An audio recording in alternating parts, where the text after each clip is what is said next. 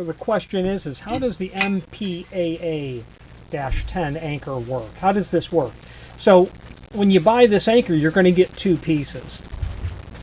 Now this is actually just what we would call I would call it a metal stud anchor, even though it's really a combination stud anchor is what it is.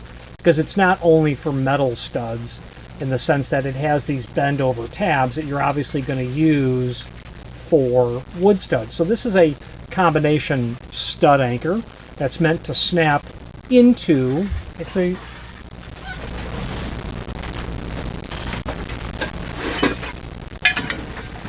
this should be 5 3/4. It's meant to snap into a frame like that.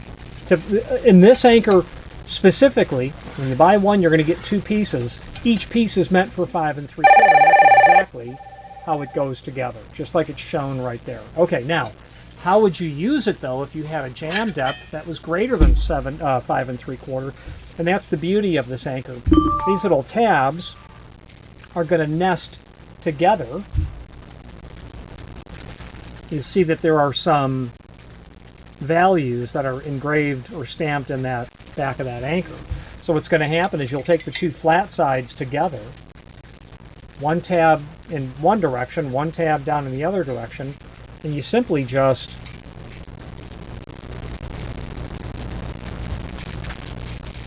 looking at it so we can get it snapped in place for an 8 3/4 jamb, which is what we have here.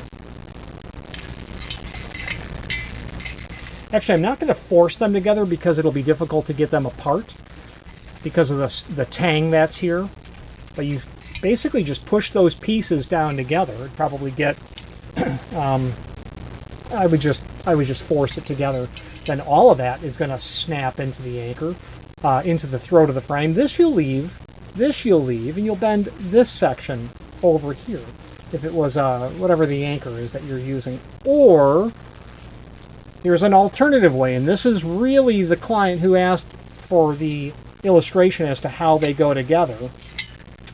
They have a situation, this client has a situation where they've already done the metal stud framing, but they have welded frames. So that's a problem, because what anchor will you use when you have your steel studs are already up? You're going to slide that frame in place, and then what are you going to do? Well, what you would do is, and you would do it, he has 8 3/4 jamb depth, you would do it by knocking these pieces together, but to use a 5 3/4 jamb as an example, you'd snap that in place. Now the key is, this flange here is flush, well, it's not flush, but it stands proud just slightly of the back of the jamb. So you can take these anchors, snap them in place. I would be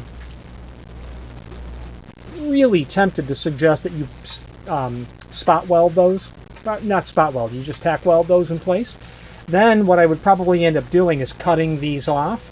This will slide in, then the back side of your stud, you'll use your self-drilling mini screw and screw right into the flange, is what you'll end up doing. When you have a situation where the job is moved so quickly, or the frames weren't ordered on time, or early enough, or the frames didn't arrive when they needed to arrive, and the studs are in, they're going in, we can't wait for welded frames, and we can't use knockdown frames, you're going to need an anchor that's going to be right close to the back side of your frame so you can run the mini screw section right back into it. Now, one thing that we've done in the old days is if we would have a lot of scrap of this material, we would basically take whatever length we need, we'd split it right down here, is what we would do. And then we would use, because this is 1 15/16, what we would do is we would cut it quite close to here, tack weld, and just use this piece, and that would end up being our anchor that we would tack weld to the back. It's a lot of work to cut this material, but if you are in a pinch and you can weld them and you've got scrap hollow metal laying around, that's what you'd end up doing. And there you go. That's the purpose of the MPAA-10 anchor. It's nice in the sense that if you're a distributor like we are, you can stock this, and if you need metal stud anchors for something bigger than 5 3/4, you're in a good spot there with that. Now this anchor would be normally bent over.